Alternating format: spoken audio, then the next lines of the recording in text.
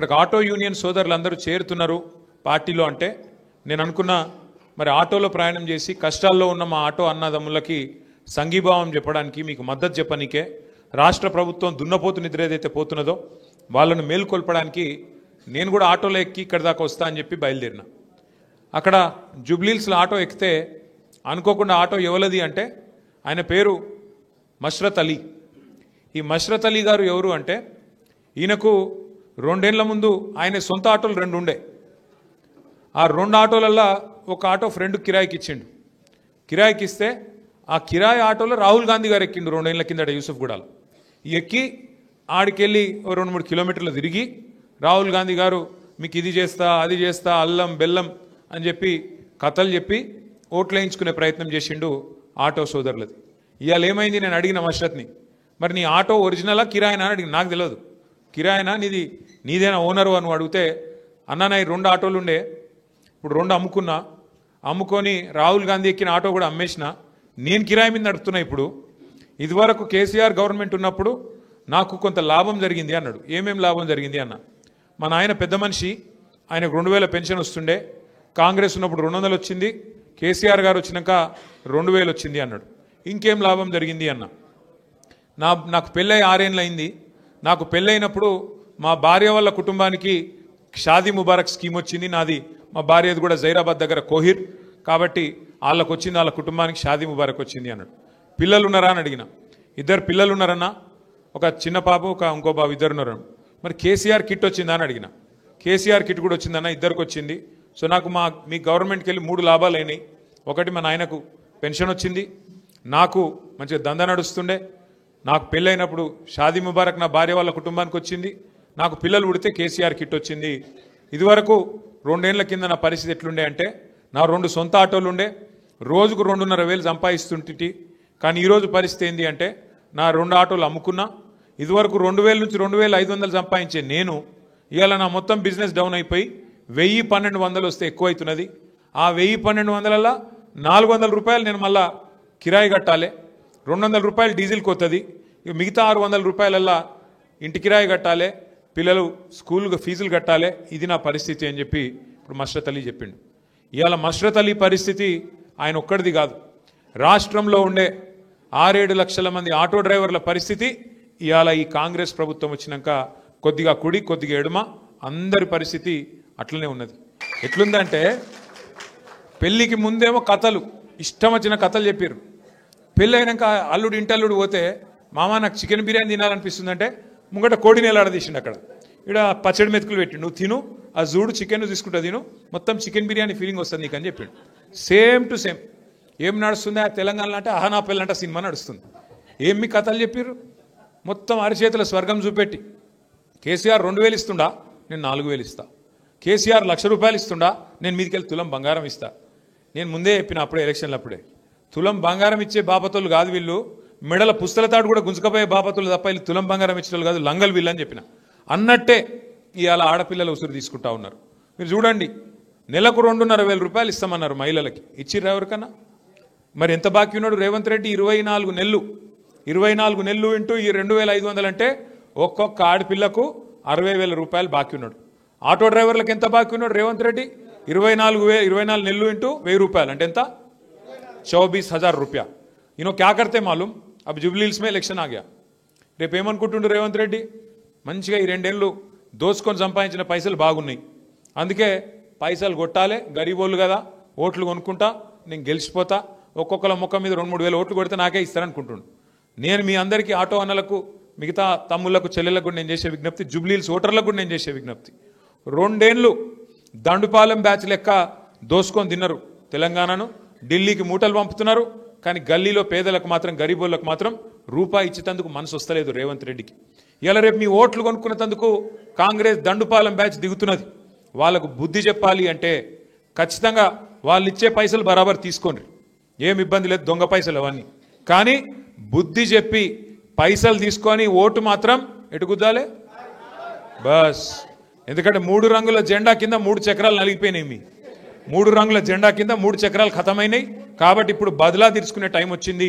सबक सिखाने का टाइम आ गया, सबक सिखाने का टाइम आया, इनको जबरदस्त मुंहतोड़ जवाब देने का टाइम आ गया. इसलिए भाइयों, जुबली हिल्स में जितने भी वोटर आए, जुबली हिल्स में जितने हमारे भाई हैं, जितने हमारे बहन हैं, उन सबको समझाओ कि अगर कांग्रेस पैसा देंगी तो जरूर लो। 2000 दिए तो पूछो, अरे कहां है रे भाई, बाकी 24,000 कहां गया, जो मेरे को बाकी पड़ा कहां गया? ఆటో అన్న ఒక్కొక్క ఆటో అన్నకు బాకీ 24,000 రేవంత్ రెడ్డి, ఒక్కొక్క ఆడబిడ్డకు రేవంత్ రెడ్డి బాకీ 60,000, ఒక్కొక్క ముసలమ్మకు ఒక్కొక్క ముసలయ్యకు రేవంత్ రెడ్డి బాకీ 48,000. 48 రా భాయ్, 24 × 2 48,000. అందుకే వాళ్ళు ఇచ్చో 2,000 3,000 తీసుకొని బాకీ కాయరే బేటా కబ్ దేతా అని అడిగి అప్పుడు ఎక్కడ కొట్టానో అక్కడ కొట్టాలి. అర్థమైందా? ఆటో వర్కర్లకు ఇచ్చినటువంటి వాగ్దానాలు నెరవేర్చలేదని, జూబ్లీ హిల్స్ లో ఎన్నికలలో ఏమన్నా ఆటో వల్ల ఓట్లుంటే తీసుకుందామని కకృతితోటి 10 ఏళ్ల పాలనలో ఒక్కరోజు కూడా Benz car, Audi car window కూడా దింపకుండా పక్కన పోయి ఆటో వాళ్ళని ఎప్పుడైనా చూసిండో చూడలేదో నాకు డౌటే. రింగ్ రోడ్డు మీద రప్పరప్ప తిరిగి రింగ్ రోడ్ చుట్టూ ఫామ్ హౌజులు కట్టుకోవాల్సినటువంటి పరిస్థితిలో వాళ్ళు అధికారం చెలాయించి ఇవాళ ఎన్నికలు వచ్చినాయని చెప్పి నడి రోడ్డు జూబ్లీ హిల్స్ చౌరస్తాల చెక్ పోస్ట్ కాడ పోయి ఆటోలను ఆపి ఆటోలు ఎక్కి ఈ డ్రామా ప్రదర్శన నడిపిస్తారు. నేను మీకు కూడా ఆ స్టాటిస్టిక్స్ పంపిస్తా. నీ దగ్గర ఒక స్టాటిస్టిక్స్ ఉన్నాయి. వీళ్ళ హయాంలా 2014 నుంచి 2023 దాకా కేవలం ఆటో వాళ్ళ మీద 42,71,27,000 రూపాయల చాలాన్లు విధించారు. 42,71,27,000 జిల్లా వైజ్గా మీకు పంపిస్తా డేటా. మా గాంధీ భవన్ నుంచి పిఆర్ఓ గారు పంపిస్తారు, ఆ డేటా మీకు రిలీజ్ చేస్తా.